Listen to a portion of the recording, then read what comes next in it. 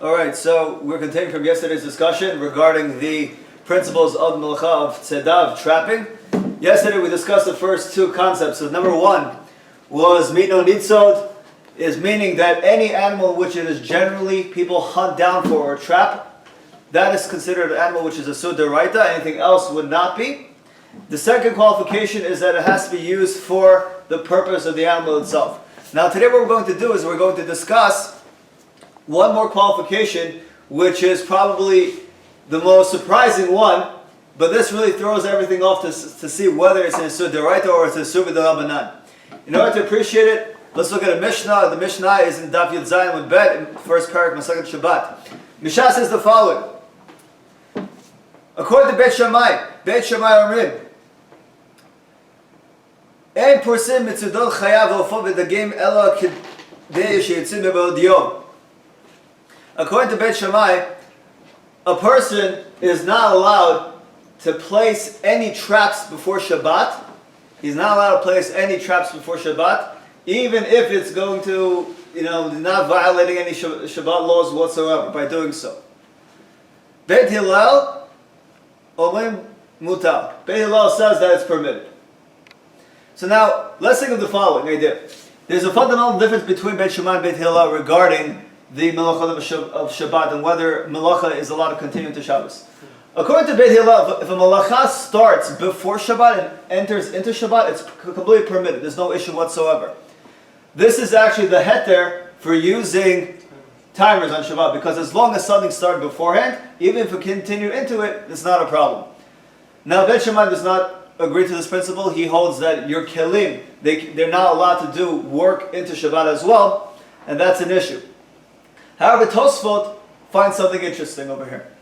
Tosfot tells us the following idea, and this becomes the third criteria in order to be violating the Isur D'Oraita. And he says, "Devor matcha ein porsim mitzudot." He quoting this Gemara. Tosfot says the following: "Afal gav de b'Shabbat nami im parash mitzudah enu chayav chatat. Shinu yodea im yitzud im lav." Tosfot says, if a person were to place a trap on Shabbat itself, and later on Shabbat an animal would be trapped, you haven't violated Isur D'Oraita. Again, according to all opinions, not only Bet Hillel, even Bet Shammai, if a person placed a trap on Shabbat and sometime on Shabbat itself it was trapped, you haven't violated Shabbos. You haven't violated Chilul Shabbat. So the question is, in what criteria, what situation does a person violate the Melacha of Tzeddah? If a person later trapped and immediately, right then and there, it was trapped. It has to be done instantaneously. Toch Yedid Dibur, within a second's time. So, Tosfot is then bothered if that's the case. How come Bet Shammai is so machmir to say even before Shabbat you can't place a trap? If on Shabbat itself you're not violating. So he says because it's the Chumar of Bet Shammai. But, B'ikar Adin, there is no violation of Shabbat as long as the animal has not been trapped instantaneously. That's the third criteria.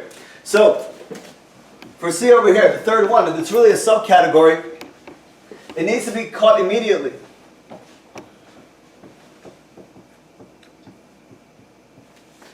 Needs to be caught immediately.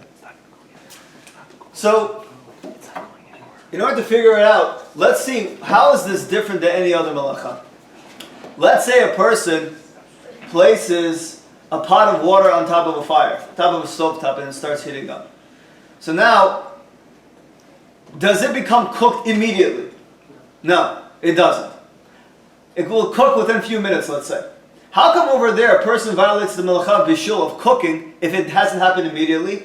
Whereas opposed to in our situation, even though trapping will occur on Shabbat, since it hasn't been done immediately, it hasn't been violated. What's the difference between the two of them? Why regarding cooking or any other melacha, it could happen even after a few moments, few minutes, 20 minutes, whatever it may be, but regarding trapping, it has to be done immediately. What is the difference between the two of them?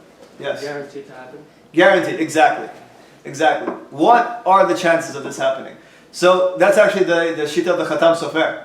The Khatam Sofer says that's the conceptual difference. It will never happen to you that you're going to place a pot of water on top of a flame and it's not going to boil. That would never happen. It might take longer than, depending on the size of the flame, but it's never going to happen. Is it possible you can place a trap and it's going to not catch anything? Yes, because that's not dependent upon nature. It's dependent upon the animal being there or not.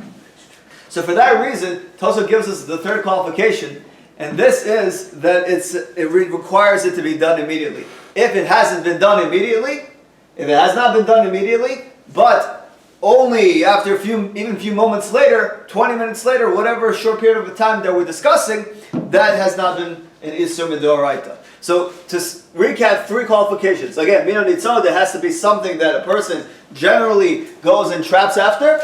Second, it has to be used for itself, meaning that the only reason I'm trapping it is for the sake of using the animal, its meat, or its hide. And the third thing, it has to be caught immediately. If it hasn't been caught immediately from the time of placing the traps, that is not an Isur Midoraita. So those are the three. Now, I want to focus your attention on an interesting Gemara. It's an interesting Gemara. It's a Yerushalmi, Masechet Shabbat, in the 7th parak. And it says the following case. Brings the following case. Hatzah chilazon.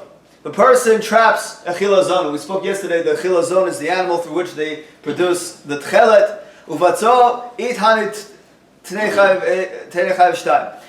He says that if a person takes a chilazon, traps it on Shabbat, and then he kills the animal, there are those who say you're chayv for two things. Number one, for trapping. Number two, for shochet, for killing the animal.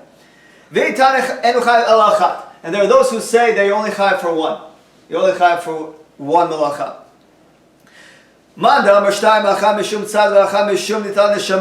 Those who say that it's chayv for two is one for trapping and one for killing. And he says, the late Siddha. The one who says you're chayav for only one, you're only chayav for killing the animal, but not for trapping it. Okay?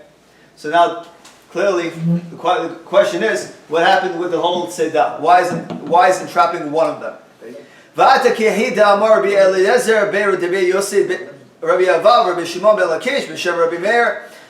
And it says this goes according to the opinion.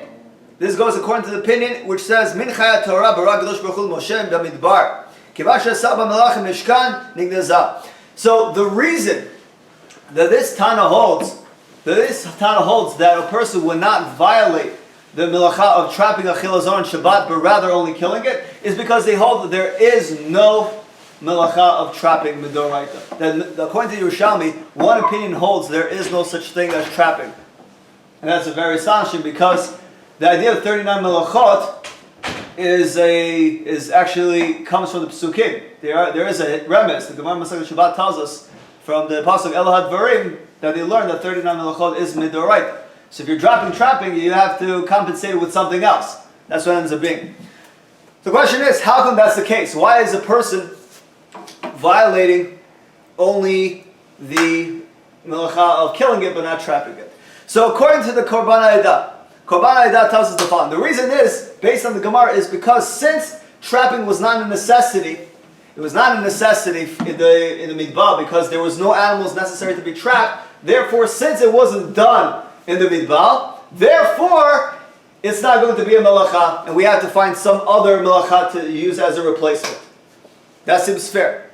However, comes the Pnei Yoshua, and he answers it fabulously. He says, no, that's not what the Gemara is saying. What the Gemara is saying is based on the Shita of Tosfot. What did Tosfot tell us beforehand? He gave us the third criteria. To be over, you have to be catching the animal immediately. If you didn't catch immediately, you're not chayav. When a person places a net in the ocean to catch the chilazon, how long is it going to take?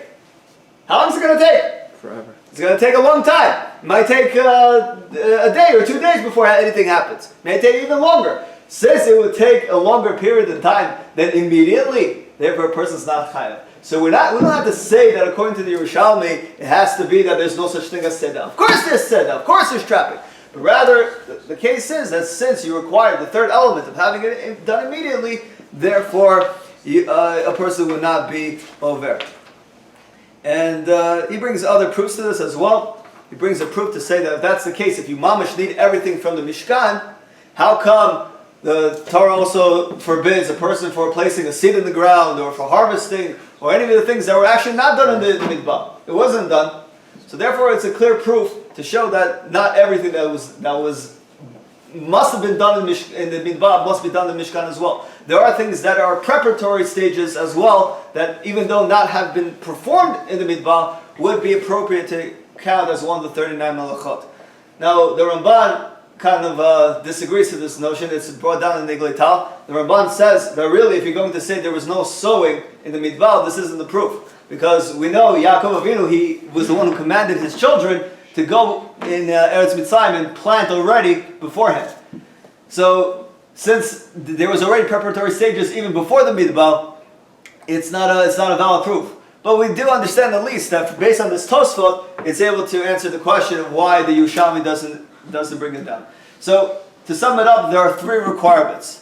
Yesterday we dealt with the first 2, and we found the last one, which is able to answer the Yerushalmi. The first 2, it has to be mino nitzo, there has to be an animal which is generally trapped. Number 2, it has to be done for the sake of using its body. And the third one, as we learned today, is Shita Tosfot, and this is basically how all the Rishonim understand it as well, is that it has to be caught immediately. And with this, B'ezrat Hashem will continue tomorrow and discuss some nafkaminot and practical applications to this, and perhaps even describing whether catching mice is a mutar, is a subit al-Rabbanan, or is there any other issues that may be involved. Amen.